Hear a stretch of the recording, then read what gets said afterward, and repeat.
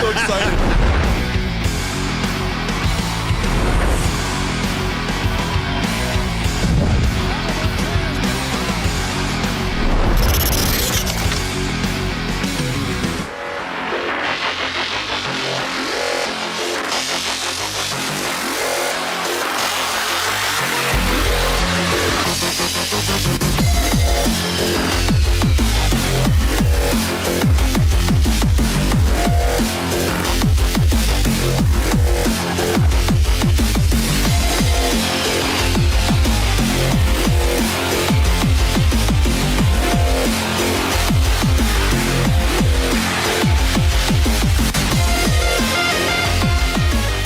It's time for Two Guys and a Goalie with Dustin Nielson, Matt Kassian, and the goalie, Joaquin Gage. 12:03 on Thursday, October 10th, and it's hard to believe the Oilers season is over. 82-0 is out of the question, but 0-82 isn't. Well, all right, so you got that. I blame Clausen. Oh, because of in the rap lyrics. Yeah. You know Zach. what? That actually makes it kind of makes sense. And Zach, you're blaming Zach. Hey, by the way, Raphael Lavoie is on waivers again. What? You heard that? You probably heard that in the background. Now they have to do this because somebody higher than them in the standings put in a claim for him. Yeah. So now that team has a chance to claim him. Do you think they'll claim him? I don't know. I don't know. I don't know what happens, but Raphael Lavoie is on waivers again. Man. Yeah. Like, I feel bad for the guy. Like, that's like, talk about transient lifestyle, man. That sucks. Nobody wants me. Everybody hates me. Where's that song from? Is that Going to the garden to eat worms. I don't. Big, fat, juicy ones. I'm making stuff up right now. That's it? You're just making it up? Yeah. No. I've heard that before, but I think that's how it goes. All right, look, we got lots to get to. It is Two Guys and a Goalie. We are presented to you by GS Construction, setting the industry standard for 50 years with quality, efficiency, safety, driving their success the entire way. GS Construction has a foundation built on teamwork, and now they want you to become a part of that awesome team. Visit www.gsconstruction.ca and then click Ready to Work, or you can just visit their page over at Indeed.ca, big old job site. And with the Next Up Person program at GS Construction, it's not just a job, it can become a kick-ass career. If you're watching over on YouTube today, hammer the thumbs up for us. Let's dive into this conversation from the game last night. Hey, we can start with Rafa. Been placed on waivers 3 times in the last 4 days? That's got to suck. That really sucks. You don't know where your season's going to go yet. The positive in his brain, if I was him, it does suck, but the only thing I'd be like is at least another team claim me, even if they didn't want me, and then Edmonton claim me back because they still want me, and then another team along with Edmonton also put a claim in, so it's not like I'm completely undesirable. So at least there's still something there. That's what you're holding on to in the midst of the chaos, where it's just like, man, your bags are just permanently packed. You don't know where you're gonna be. It just sucks. But I guess it would be encouraging that someone picked you up. Like I remember going through waivers and like hoping, like sitting there with my fingers crossed that someone else would pick me up. So at least there's interest. Well, I mean, technically, there's 3 teams that want him. Yeah. Vegas claimed him, then Oilers claimed him back, and now whoever this other team is has claimed him. So, and then we'll see if they claim him today, but they at least put in the claim to block the Oilers from being able to send him down. Right. So does Vegas claim him again? Or they already filled that position, I guess. No, they filled that. That's why they put him on waivers. Yeah. I think they with what's his face. I can't remember who the other guys were, but they put in 2 claims in case they didn't get one of the guys. It was Cole Schwint in Calgary, I think. Yeah, Schwint, that's right. Yeah. All right, let me just see, because it has to be a team that's higher in the standings than the Oilers were last year. Right? So let's just take a little peek. Let me bring up last year's standings, and we'll see the teams that it could possibly have been that put in a claim behind him. So, and then we can make a guess at it. Colorado, Boston, Vancouver, Florida, Winnipeg. These are all good teams. Carolina, Dallas, or the Rangers. Oof. Not Dallas. No. I mean, Dallas not going to claim him. I mean, Carolina, they're analytically like. Is there something they might see there? Vancouver, just to mess with them. Just to mess with them a bit. Just You know to mess with them. what's Boston's group like right now? I think the most sense is Boston. Yeah, that's what I'm wondering. Let's see what Boston's rolling for a forward group right now. Okay, here's the Bruins forwards.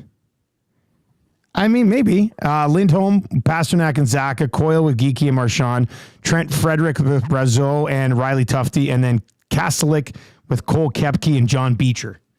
So, I mean, maybe. If you have a guess, let's go. 780-218-9999. But, Bronco Nick makes a good point.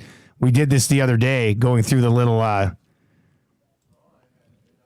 task that we did, the task at hand, Colorado. With them being banged up right now at forward, Right. I could see Colorado putting in a claim for him, using them until they get a little bit healthier, and then shipping them down, going on waivers again, and maybe getting claimed by somebody else. Colorado might be the best bet. Well, yeah, on the left side there, They've got a Kovalenko, the rookie, on their second line behind Drouin, and then the other two spots. Yeah, it might be Colorado. Now that doesn't mean they'll claim him again, but somebody else paid 99. And Nichushkin and Lehkonen, who's not healthy right now. So, yeah, it could be a stopgap. That would make sense. I would say right now, looking at it, that it was Colorado. Speaking of probably the most likely. GS, I just got a text from Teran Sandwith. Is he going to come in here at some point? Well, he asked if I wanted to go to the game on Tuesday. So, yeah, maybe. Okay, good. Well, if he's in town, you should have him swing by. I'll try to get him in there. Yeah, tell him to come by. He's got a lot of meetings. Enough. Enough.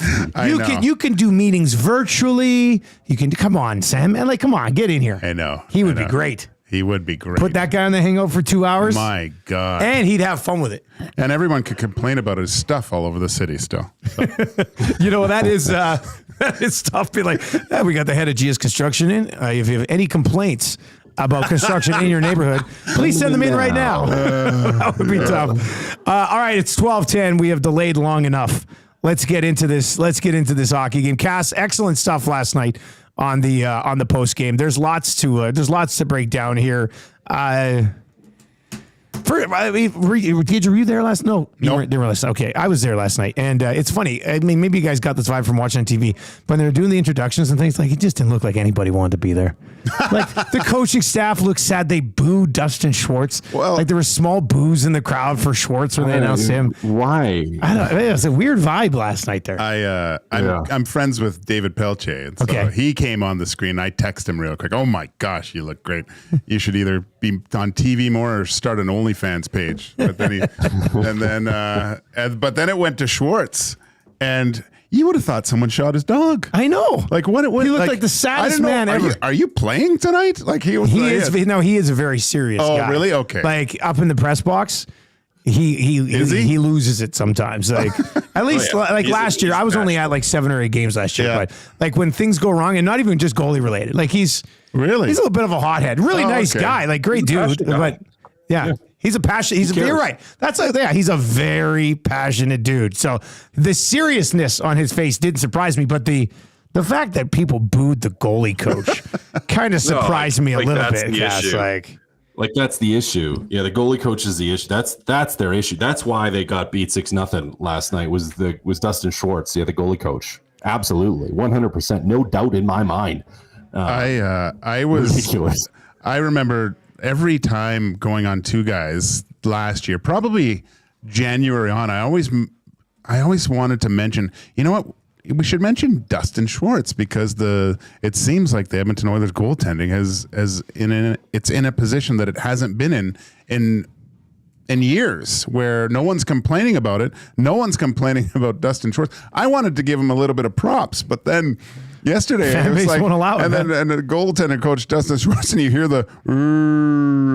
It wasn't everybody. No, but it was loud enough that you were like, "Oh man!" If I could hear it through the TV, that was probably pretty loud. Well, you were there. Did you hear? Were you there at that point? Did you hear it? I heard that it wasn't a round of applause like everybody else got. For the most people, it was for him, you could hear a little bit of the booze filtering. Poor guy. I just don't know. Is that the first time in the history of goalie coach introductions around the league that somebody booed the goalie coach? Has to be. Only It's in tough. Edmonton. And then it got to Paul Only Coffey in and everybody went Edmonton. nuts. I mean, at this, I'd like to go to a different.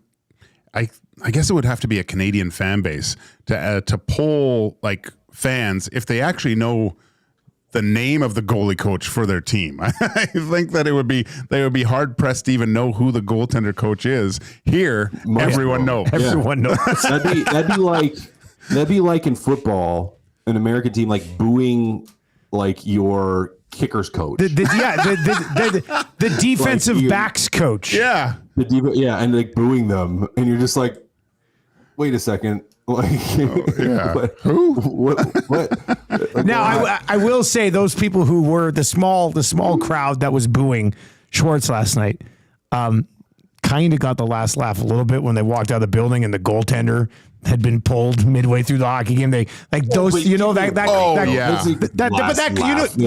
you know that crowd would have been like, those guys would have been like, I knew it. Like he hasn't helped Skinner at all. Like one game. Yeah. And blaming on the goalie anyways when, he could have been better. We talked about that last night. Yeah, he could have been better. He said as much. He could have been better. But it wasn't like he was absolutely all atrocious. Like the team did not help him in any way on any of the grade A's that they got. And it could have been even worse because he made a couple really good saves, particularly in the first period. So he stopped a breakaway just over a minute into the season. Yeah, that sense of urgency is back to that October feeling with old Evan Bouchard at the blue line there. That was a little bit of a bobble there. But I was talking to Reed before. Did it not seem to you, Cass, that there was a lot of bobbles at the offensive blue line, especially within that first 10 to 15 minutes? I think Emberson had one full shot and just completely flubbed it. It just seemed like completely, I don't know, just not digging in, I guess, for a better term. Well, it just wasn't clean. Yeah, right? clean. It wasn't clean. It wasn't clean. I don't think it was from they didn't want to dig in. They weren't clean execution wise. You mentioned the bobbles already. We could point to Leon Draisaitl later in the game in the slot. Like, it just wasn't a clean game. And with that being said, after sleeping on it and thinking about it and chewing through it a little bit this morning, I'm just like, I don't think it was as bad as we thought it was. I don't think the game was as bad as we thought it was. They did have some opportunity. They find a way to score. One of their opportunities early in the game probably takes on a different tone. The night probably ends up different. So, it wasn't good at all. It was not acceptable at all, but I don't think it was quite as bad as maybe some of the doomsayers are saying. What do you think of like the Connor busts through the neutral zone, gets a step on the D. He's basically, it's him and Hellebuck, and he tries to dish it to Hyman early. He's tied up. Oh, but that went, if you watch that play, like that went right underneath Hyman's stick. Like it was on, like if Hyman is able to get anything of that, that's in the net. I know. Like, but you're saying shoot it? And I know I'm saying he didn't have a shot on goal all night. Take the safety off, man. If you look at Hellebuck's positioning, and I get why he passed because Hellebuck's like deep in his net, there's still a possibility he can save. I just think Connor should rip that thing. It's hard to argue with a guy that flirts with 150 points in a season. I get that, but in that scenario, first game, you score the first goal of the season. You're Connor McDavid. I don't know, man. You've done 100 assists. Let's get back to the 60 goals thing. Well, in the year he got 60 goals, he shot the puck like 100 more times. It was like crazy. It was mostly just he shot more. Way more. Like that's what it was. He shot more. And I thought that opened up more the ticky-tack stuff where you pass it late, right? And open it because everyone's focused on the shot. Well, we got a bunch of first impressions here, obviously, from last night, seeing this team for the first time. McDavid was held without a shot. Kaz, what'd you think of his game last night? I mean, along with most other guys, below average. Yeah. Like wasn't consistently threatening. There was a couple opportunities that Hyman won in particular. Again, Hyman, if he's able to get anything of that, it's in the net. But yeah, I mean, it was below average. It was below average. They weren't able to generate. Draisaitl said it in the post-game interview. I don't think they did a good enough job attacking the middle of the ice when they did have the puck. There was a lot of perimeter. for McDavid, yeah, it wasn't a great night.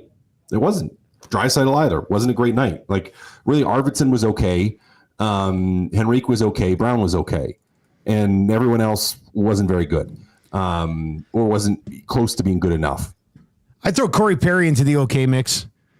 I thought Corey Perry did some decent things last night. Yeah. Gage, who do you think was their best? Who was their best player last night?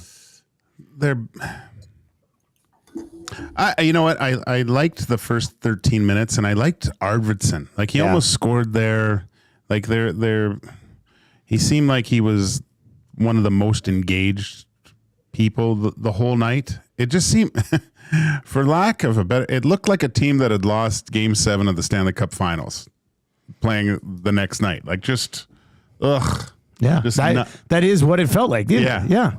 That's how, and I mean, this was after that 12 minutes, and then I didn't like the first 2 goals that Stuart Skinner allowed. Okay, so the first one, he just didn't move properly across the net, and that's why he's sitting there, and the pad, everything bounced in off the pad. He didn't think a shot was coming. Leg. So he angled his pad. Gage, correct me if I'm wrong, as a goalie, but he angled his pad to push to the post, right? Not anticipating a shot at that. Like he thought Dermott was going to be able to tie him up. The puck was going to go to the corner, so he's pushing to his post. So he tucks that right leg in instead of extending it. That was my thought. But wasn't it wrong? It was a second attempt though that went in, right? Like, see, Cass, you said something that I think sums up the whole night of the Edmonton Oilers, where you said Stuart Skinner thought this guy was going to do something. That's how it all looked the whole night. Oh, I thought he was going to go there and take, like, they were just a step behind everywhere. But in those types of cases, and I try, and I know it happened pretty quick, but I thought even Stuart Skinner's intensity was a little bit lacking in that case. Like, he stopped the puck, it went to the corner, and yeah, he did basically the technique to get back to the post, but it looked like a guy doing it in practice. There wasn't that sense of urgency to get back there just in case he tries to put it back against the post, right? And unfortunately for him, it banks in and goes in the net. Great play by Lowry. Like, that's what I think you should do that, more of that. And the second one, just he was there and kind of just got into that blocking style, and it goes under, like, through him again. Like, when I looked at the 2 goalies last night, there was holes in Skinner. But when you look at Hellebuck, God, the guy looks like a brick wall. Like, there's just nothing there. And it's like that one shot that the Henrique found from the side of the net. Yeah. Like, he shot it. Reed leans over to me and goes, "How often do you think that goes in?" And I was like, 0% of the time. Like, there was no net. Yeah. Like, there's just no net. Yeah. Like, it was a masterclass of goaltending. And you can't, like, the way the Oilers played, you have to play a certain style when you're playing against Connor Hellebuck. You can't expect to score on the first shot every time. There's got to be second chances and creating havoc. Arvidsson almost scored on that one where there was multiple chances. He's quite lucky. It actually Hellebuck got enough of it to stop it, but it got behind him and then got help out from the D there. But you can't go into those types of games and think you're just going to beat him on clean shots, because it's very difficult to do. Well, and that's where they weren't around the middle of the ice enough. Yeah. Right? Like they weren't around the net enough to get those second opportunities. Why did the Jets have such an easy time passing the puck through the zone? Like, off the rush, when they were in the zone, I don't know, they were just zipping that thing. 3 of them led to goals. They're going one side of the ice to the other, which I don't remember seeing a lot done against the Oilers last year. If you watch the first 10 or 12 minutes, it didn't happen that much. It seemed like right after the goal that they just caved, and then it kind of got a little bit scrambly. I mean, I was listening to Reed on the post-game show talking about that the center ice line, right? And when it crosses sides, it increases your chances of scoring by, I believe, 15%. Yeah, that's something Mac T had passed along to him. And that was evident, and they were doing it at will. Like, so, and I think you heard that from, I think it was Draisaitl after the game, talking about how there's things we have to clean up. Those are the types of things that you have to basically not let happen, because the Oilers, if they can intercept those or create those turnovers going back the other way, then they become a way more dangerous team. The Oilers lost last night's game because of blank. What's the most accurate way to fill in that blank, Cass? What would you say? Can I use more than one word, or does it have to be No, one you word? can use a phrase. Go ahead. Yes. Lack of urgency. Yeah, I like that one. Gager, what do you got? I would say unprepared. Yeah. Yeah. Not prepared to do what it takes to win, especially against a team that won 52 games last year. They had 110 points last year. Yeah, like I don't know why. We talked about today. Huss had a nice little rant on the lock shop because why are people picking the Jets to miss the playoffs? They had 110 points last year. Their special teams sucked last year. If their special teams are better at all, they'll be even better. And Gabe Vilardi's healthy, and Gabe Vilardi's a pretty damn good player on their top line. So I don't know why people are so down on the Jets, but I love their third line. Their third line is your prototypical NHL third line. Really good third line. That's what I thought. That's what looking at the matchups yesterday, I was like, okay, how's that going to line up? Are they going to try to get Edmonton's third line out against the Jets' third line? Because of game one last year in the playoffs, watching Lowry dominate against Nathan McKinnon, in a one game kind of one off, this guy's a beast. And he was, aside from Hellebuck, he was probably their best player, right? Yeah. And just dominated physically, defensively. And I thought, well, you know what, with that third line, and you heard Nabla, and I didn't mind Edmonton's third line, but they have to be more like that Lowry line where there's going to be times where you're going to need some contributions from them offensively just to put a little bit more pressure on their main guys to score goals. All right, lots to still continue to get to. If you have any questions, 780-218-9999, 780-218-9999. Give us a like over here on YouTube. Hit us up in the Nasty Chat as well. We'll get to a few of those as we work our way through the game as well. A couple other areas where I want to go to. And maybe we don't look at what they're maybe trying to do, and it's just... But when I see them going to McDavid and Draisaitl together in the third period of game one, down 5-0, sure, it wasn't. Did you like it or you didn't like it? Nope. I hated it. I just let Draisaitl play with Skinner and Arvidsson if those are going to be his wingers. See how they handle this situation. I can get it. I'm never really.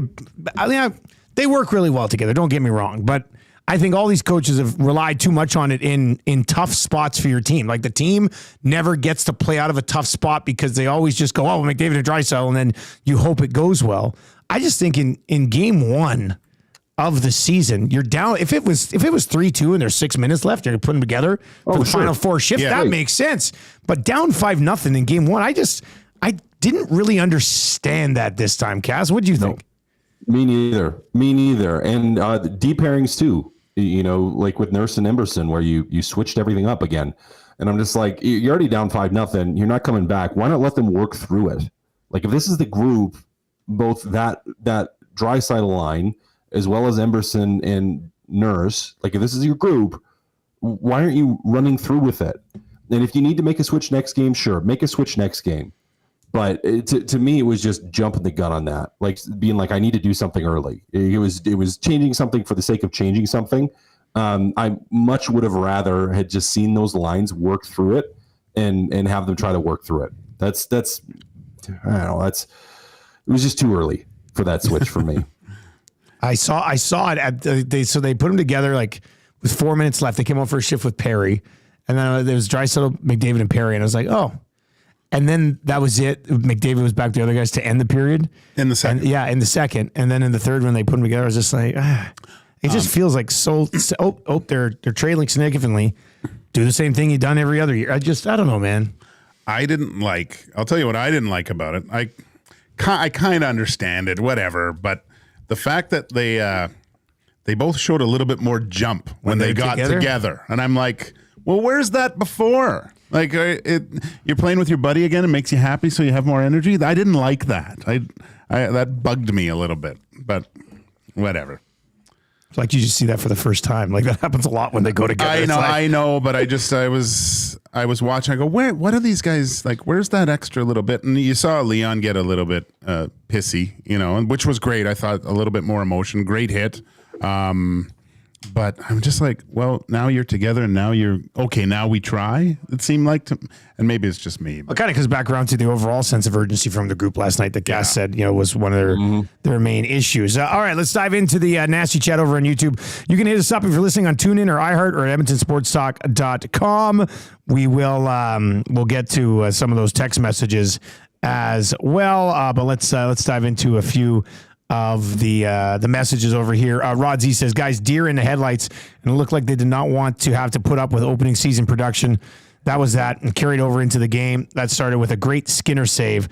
Then obviously everything else sort of fell off after that one. I want to get to this one from Gordon McDowell of the McDowell's fame from you named the movie with McDowell's, you remember? Coming to America. It's they got the golden arches. I got the golden M. It's just, that was an underrated bit of Coming to America. Like there's so many funny things, but the McDonald's ripoff of McDowell's and was being really completely good. cheap about it. Yeah. They used 2 pickles. Very cheap on it all. It was kind of funny.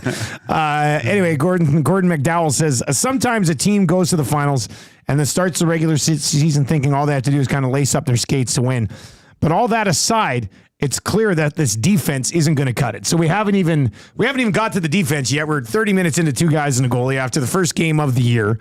Cass, first impressions of Nurse and Emberson together. What do you think? I that's think what we Emberson thought was too. a little bit of a deer in headlights from Emberson there, where there's a lot of pressure. It's understandable, not necessarily right? I think it's understandable. Well, right. Not necessarily rightfully so. I wouldn't say rightfully so, but there's a lot of pressure on him. And I think there was nerves, and I think he got caught up in the moment. Was not decisive in his actions on the ice.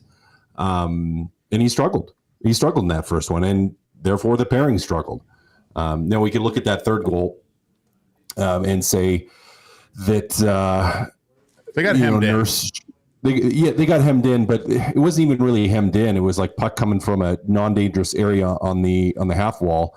So that's on the Kapari goal. And, Emberson's kind of stuck there pointing, telling the winger to go, kind of stuck halfway in between, which leaves Darnell Nurse kind of stuck halfway in between. And then no one recognizes the puck's coming to the back door, and it just ends up in the back of your net. Just lack of urgency again, or lack of decisiveness from them as a pairing. Yeah, no, I mean, I didn't like the beginning of the play where there was a chance to end it behind the net. Nurse kind of lets him go, and I realized that they've been on the ice, and he's probably heavy-legged. But then just the deer in headlights and the puck focus, and not like the puck's on the wall. If you score from there, that's on Skinner.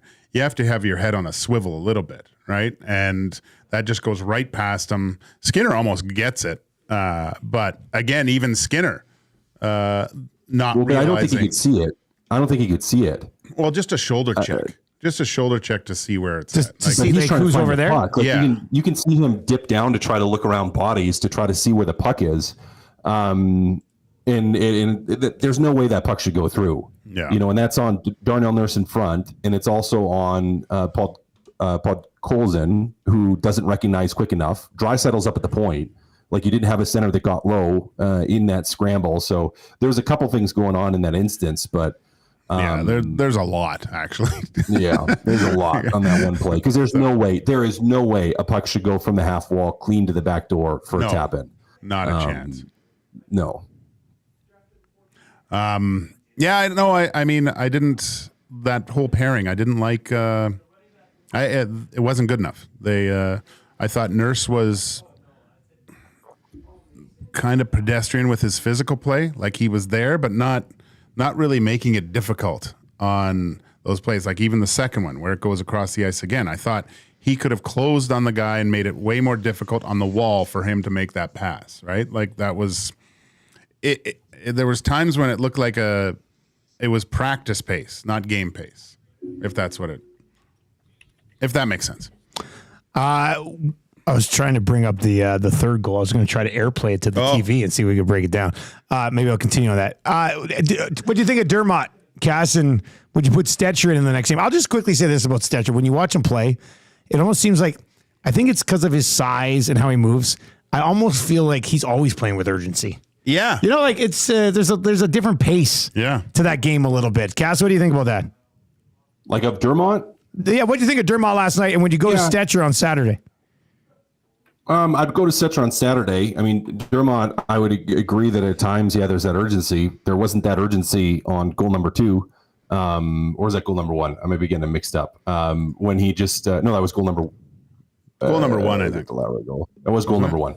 Goal number 1, where it's like you just kind of you're reaching instead of engaging. But I would say, we kind of saw that through the preseason, where at least he was engaged, and you get some of that. So, I mean, he was just okay. He was just okay. At the end of the day, you end up being on for a goal against that you're directly responsible for because you don't engage and take a stick away. Like you kind of get stuck too far on the inside. But yeah, I mean, he was okay. Still not good enough, but I might look at Stetcher, get Stetcher in. I mean, Knobloch basically said they're going to kind of play 50% of, like, they're each going to get like 50% of the games anyway. Yep. So, and you do have a back-to-back here against Chicago and Calgary. So, I mean, I would think one of them plays one of the games and one of them plays the other. Maybe you go Dermott again, and then you go Stetcher against Calgary or something. Yeah. I mean, if you look at, I don't even count the 6th goal because it really doesn't matter. But the first 3, I think, are easily correctable. The 4 and 5 those are great shots, like unreal shots, actually. Mm-hmm. That Kyle Connor snipe on the power play there. God, what a it was nice. Like, you shouldn't be able to shoot the puck that hard with that little of a windup. Damn sticks. He what's that? 7 seasons in a row now. Yeah, he scored in the opening game, the NHL record. That's crazy. It is crazy. Yeah, what a goal scorer he is, though. Just slippery and really fun to watch, that guy. Yeah, I don't get it. Like, everyone talking about the Jets not making the play. How do you not? How can they've got such a good balanced forward group. Their D are quite physical. They have a potential Norris candidate in Morrissey, and Hellebuck is just and arguably the best goalie in the league. Like, he's still. I still think they're a playoff team. I think and I used this analogy yesterday in the pregame show. I don't know if you guys heard it, but they remind me of Toronto. And I heard that. I was driving to the rink. I heard that. Yeah, where they remind me of Toronto in that they have a group that I think will get you to the playoffs. That's a good team, but they just don't seem to have that extra little umami to get you through, right? Like to go deep and to be an impact team in the playoffs. But they're still a really good team. I don't, heading into it, it wasn't like I expected them to not make the playoffs or not be good. Now, I don't know if they addressed enough of what they're going to need in the offseason. Like, they didn't necessarily change enough to make them better than they were last year, but they still, if you look at the record last year, like, that's most of the same team. They're still a good team. So, yeah, I mean, they're going to be in the playoffs. I mean, if Toronto and Winnipeg, just because you kind of brought up the Toronto thing, if Toronto and Winnipeg played in a best of 7, I'm taking the Jets. Oh, yeah. Because they got Connor Hellebuck between the pipes, and the Toronto Maple Leafs would kill to have Connor Hellebuck behind that team. You know what I mean? Like, it's such a significant advantage, in my opinion. Yeah, no, it's a huge box. That's well, that's the thing. But that's why. I mean, that's why. How do you, like, unless Connor Hellebuck gets hurt? Where's the weakness in the Jets? Like, they're not a juggernaut. But their blue line's missing a couple of guys. It's not even fully healthy right now. Yeah. Their top 3, like, they got maybe the best third line in the league. Their top line can play with any top line in the league with Scheifele and Kyle Connor. And if Nick Ehlers has a good year, that second line's going to be good. It's going to be, I mean, there's some, Nemesnikov's a steady player. Like, he's a steady, on a great team. I still think Nemesnikov's a third line center type of guy, but I mean, I think they're a good team. To me, that the Jets are at least a 100-point team. And to me, just personally, like, usually when I watch the Winnipeg Jets play, Nikolai Ehlers, I always notice him. Like, he always seems like he has a pretty good game when I watch. I didn't notice him last night. So there's a guy that I kind of didn't really have one of his typical games against the Oilers. That they are a deep, deep team. That's overall, though, with all the games, you look at the scores in the NHL, it's kind of a weird, what is it, 4th night in the NHL? Well, let's go there next, because I had that laid out here. of all the games last night, which loss do you think hurt the most? Here's the category. Here's the options. Yeah. Toronto got shut out for the first time in 227 games, despite having 48 shots on Samuel Montembeault. The Pittsburgh Penguins, even with Jesse Puljujarvi in their lineup, get shut out 6-0 at home as well by the Rangers. The Oilers 6-0 at home by the Jets. Vegas hangs 8 on Colorado in their first game of the year. And the Vancouver Canucks have a 4-1 lead and blow it and lose 6-5 in the most entertaining game of the night by far. They lose 6-5 in overtime. Connor Zary with a very nice overtime winner. Kamloops Blazer, by the way. Which is what's the most troubling loss last night? Like, which one hurts the most? I got it easy for me, Gage. I don't know if you want to go, but this is easy answer. Easy answer is the Canucks loss, dropping it. Where Edmonton, you still got a point. You were bad, yeah, but you blew a loss against a team you should have beat. You should close the door on. Maple Leafs, you had 48 shots.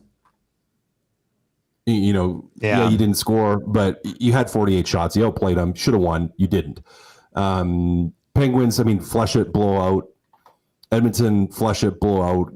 Golden Knights, Avalanche to an extent, flush it, blowout. So to me, that's the one that really stings, where it's like you should have won that game and you didn't because you fell apart and you handed it right back to them. That to me is the one that stings the most. You're going with Gager. I wasn't sure. I thought that the Avalanche were up. I have to stick with you, Cass, because I was thinking about the Colorado Vegas, but Vegas was up 3-1 after the first. I thought Colorado was up. No, having the game well in hand at 4-1 and playing against a team that's considered to not be a playoff team this year, and them having come back and having to score late to send it to overtime, wasn't it? Yeah, I would say the Canucks. That hurts the most out of last night. The other ones, when you're up, this game, the Oilers game was over after, there's probably 13 minutes left in the second period and you knew that they weren't coming back. Like there was nothing there.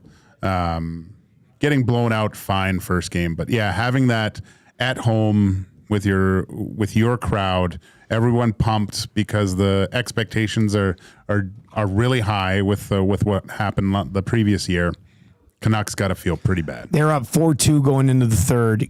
We're down 5-4 10 minutes into the third. Yeah. And then JT Miller scored with 1 minute and 37 seconds left in regulation just to force the overtime. And then Pospisil and Anderson with the helpers on Connor Zary's overtime winner. Nice finish, cut wide, then drove back in and then slipped it home for the win. So nice win for Calgary. Of course, Calgary will be here on Sunday. The Oilers get the Chicago Blackhawks, the Calgary Flames, and the Philadelphia Flyers.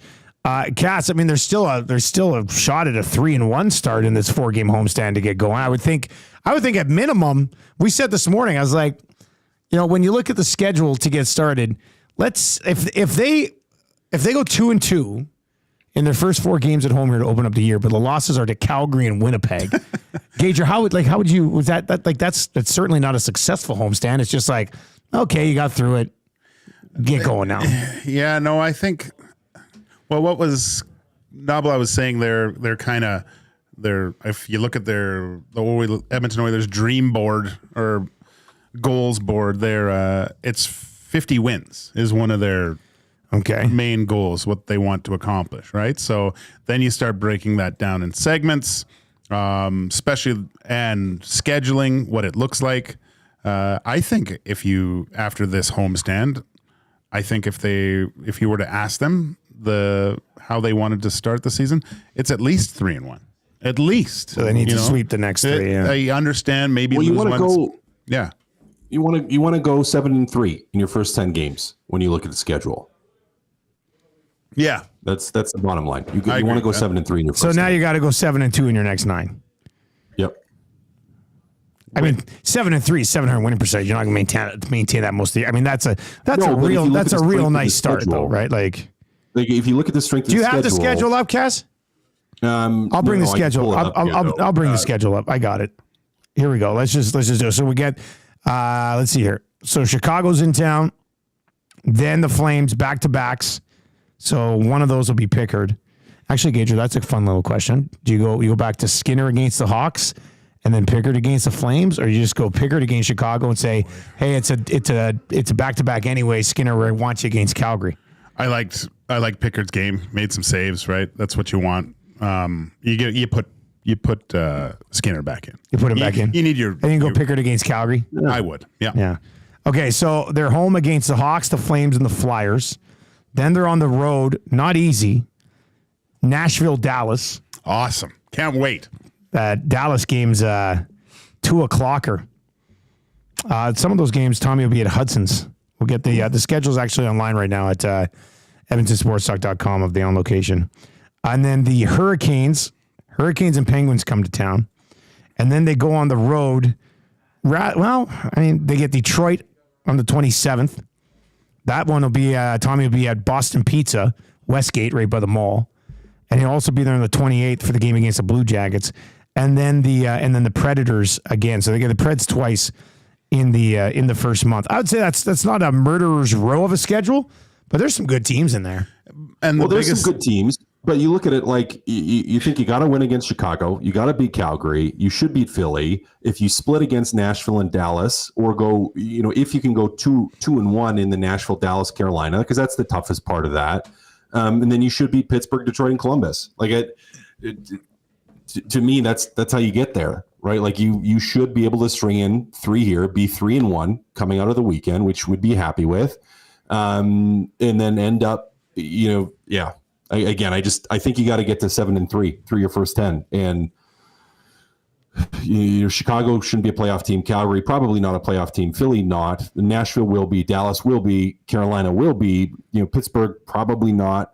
Detroit probably not. Columbus probably not. Like you should beat these non-playoff teams, at least most of them.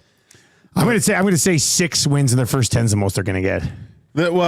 I agree with you because of the fact that they're going to get every one of those teams' best games. Welcome to being the Stanley Cup favorite. Right? Yeah, and I mean, it was a little bit last year too, but I think even more so this year that Winnipeg they looked ready to play against a team that went to the Stanley Cup Finals the year prior. And all those teams, although there's games that you're going to say, yeah, they should win against Chicago. Chicago is coming and go, oh, God, we're playing against these guys. This is a great measuring stick. This is how let's see how we stack up right now. It's gonna be tough, man. There's no easy games for the Edmonton Oilers this year. Mike from Calgary texts in 780-218-9999. It's Two Guys and a Goalie, presented by GS Construction. They are hiring now. This is I know where he's going coming out last night, but it's an interesting conversation. Mike asks, guys, wouldn't you rather be the good team that everyone says won't make the playoffs versus the team that everyone is saying will win a Stanley Cup? Depends on the team. Like the makeup of the team? Yeah, I have always said that the Oilers don't do well with praise. They do much better being underdogs and told that they're not good. They use that kind of they really do. As You're fire. Right. Anytime you tell, "Oh, this team's great," like this, they look at them when they look at themselves on paper, they think, "My gosh, I'm awesome." So we need to get in there and start asking the hard questions, Dusty, and making them feel poor about themselves. These guys suck. 7-1 Oilers win. Well, if they were watching the nasty chat this morning, come back down to reality pretty just pretty print quickly. that out and put it in their stalls. It's got to be a good spot for the Jets, though, Cass, with kind of being like the Rodney Dangerfield of the top teams in the league this year. Yeah, a little bit. You can play with a chip on your shoulder because of it. Post the info on the team bulletin board and get yourself riled up over it. Because last year, I think Connor kind of relished the fact that, like he said a number of times, well, everyone counts us out. That's when we're at our, but like he said it. I mean, that's what happens when your coach gets fired in November, though. I mean, I guess they were second last. They were second last in the league at December 1st, right? So, I mean, some people counted them out. I did. Tommy wrote them off. I didn't. I did. I didn't write them off. I don't. Well, I'd have to go back and look. Maybe I did, but I thought they would just be battling for a wild card spot. Yeah. That's what I thought would be. I think that was kind of not a majority, but a lot of people in town thought, okay, well, best case scenario now is wild card spot. Yeah. Cass, you remember when you wrote him off? When was that? It was Like about the same 15 time as games? Tommy. Okay. Yeah, it was about the same time as Tommy, where I was like, "There's no way." Tommy did it after the loss to San Jose. San Jose. It was lost to San Jose. Yeah, it would have been the same for me. Yeah, What an at Esty. the same time. He did win an Esty for that. It was a rant of the year. Tom Gazzola won an Esty for the rant of the year after that loss to the San Jose Sharks. Tonight in the National Hockey League, the Toronto Maple Leafs, off of a shutout loss last night, go to New Jersey today to face their former head coach, Sheldon Keefe, and the New Jersey Devils. Cass, being a big fan of the Leafs and I guess probably Sheldon Keefe, who do you want to see win this one? Do you want to see Keefe get his revenge against the Leafs, or do you want to see the Leafs stick it to their old coach? I want to see Jersey win and Keefe get to laugh there. That would be amazing. It kind of would be funny. Leafs go 0-2 then to start the year. Devils start 3-0. There would be chaos in the streets of Toronto to a certain extent. I think even more so than we've seen already after one game, the chaos here in Edmonton. So yeah, let's see the New Jersey Devils win that one. That'd be fun. Yeah, definitely. It's Keefe. I think just with the video of him seeming like he was on a desert island and saying goodbye to the Toronto faithful. Yeah. And now he Again, scooped up right away. right away to a team and comes into a team that also just happened to bring in a number one goalie. Finally. Like he could get a lot of credit for Markstrom's work this year. You know what I mean? Yeah. It really could. Really, an NHL coach is only as good as his goalie too, right? So he could look really good for a guy that, I don't know, it seemed like his goalies let him, I don't want to say let him down, but just didn't have that elite goaltending at all when he was with Toronto. I always, when was Freddie Anderson there? Was he there with Keefe, or was he already gone from then? No, I think I always thought Freddie Anderson got a raw deal in Toronto. A year of him. Yeah. Did he have was there a little bit of overlap there? But then Jack Campbell played well in the playoffs. Like, although they lost in 7. Once, and Anderson would I know in the playoffs, he's from afar, I'd be like, man, Freddie Anderson can't get done. And then I'd watch and look at the numbers, and I was like, actually, Freddie Anderson, like a 917 save percentage. That's not the problem. It's not the problem at all. Yeah. And Jack had the same types of numbers. Although I lost respect for Anderson. I don't know why, and maybe if I knew the exact reasoning, I wouldn't. But for him to say I need a break in game 5 last year against the Rangers, I think it was, and saying just I'm not going to play. That's a weird approach. Yeah, but for the team to just say he needed a break, that was weird. We got about 4 minutes left and 2 guys and a goalie. EST Afternoons with Hernan South and Joaquin Gage coming up. And they will have a chance for you to get in on the EST Flyaway to LA, trip 4-2. Another chance to qualify on the Reed Wilkins show later today from 3 to 6. Lots of Weather's reaction on both of those shows as we work our way through the afternoon here. A trip for 2 to Los Angeles, Clippers, Warriors, Rams, Cardinals, and then Edmonton versus either LA or the Kings, depending on the schedule, or LA or Anaheim, depending on the scheduling of that Rams game. Before we wrap today, what are you guys watching right now? What's the latest? What we like to nerd out a bit on TV shows. What are you watching? I haven't watched anything lately. Yeah, I've been. I'm looking for some. I think I'm gonna try. What's the name of it? That'll come to me. Hold on. Oh shoot! What genre is it?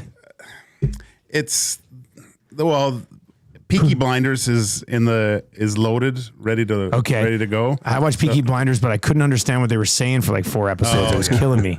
Yeah, so that's that. I guess it's Peaky Blinders that I want to start next. Okay, Katz, did you watch Peaky Blinders? Nope. Yeah, it was really. I guess somebody's like, just turn on the. I don't want to read a show. I'd like to just eventually have my mind be able to understand what they're saying a little bit more. I guess my son's watching Dexter, and did you watch Dexter? Yeah, I watched Dexter. Dexter was good. It's great. I love Dexter. Yeah, I didn't watch they redid another season. I heard it was. I watched like 1 or 2 episodes. He was still Dexter. Yeah, but I like Dexter a lot. Really good. That was a good show. The season with Lithgow is another best. That's one of my favorite seasons of TV. Cass, what are you and the wife watching right now? What are you guys up to? No, I don't know, not much. I powered through the rest, so finished up the Lord of the Rings, or the Nice. Rings of Power.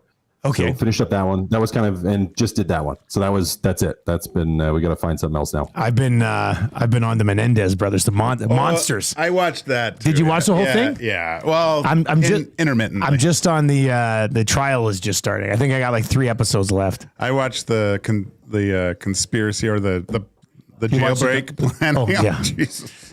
I mean, Did you say that Kardashian's trying to get them out? yeah, Kim Kardashian's like making a case saying that, because of the there's been some new evidence that's come up about the abuse of their parents. Of them, and I don't know if they're going to try to be like, you know what, they should have been just charged with self-defense and they served enough time and they should get out type of thing. But it was funny because we were talking about yesterday on the show and somebody texted and was like, Dusty, they really painted them with a horrible brush in that show. And I'm like, they showed them shooting their parents in the head. I mean, I don't know how you're supposed to really paint them with like that. They went through some stuff too. Yeah. Don't get me wrong, but there's another documentary out. This is like what happens when I watch like with the JFK thing. I watched, a bunch of documentaries. I listened to some podcasts. I know I'm going to be listening to Menendez podcasts in the next 3 weeks. If you want something really, really funny, now that you've watched the documentary on the Menendez brothers, go watch The Cable Guy. And Ben Stiller is the he's right. I forget the name. They changed the name. They changed the name, but he's basically the Menendez, and he's on trial and stuff. Yeah. Oh my God, it's hilarious. That is funny. I guess it makes sense. It was tied in. Cable Guy. Yeah. It was a big Ben Stiller. Great role too. That one doesn't get talked about. No. That's funny. Yeah. That was real good. All right.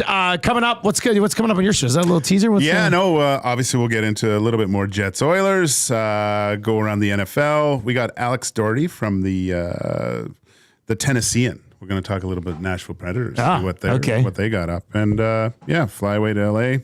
And don't forget the red light district coming up at 1:40. Red light district today too, 1:40. Okay, perfect. That's good. All right, that's going to do it for 2 guys and a goalie today. Brought to you by the great team over at GS Construction, where you're going to get to hang out with Sam Man on Tuesday. And you betcha. We're going to force him into the hangout or on 2 guys or something.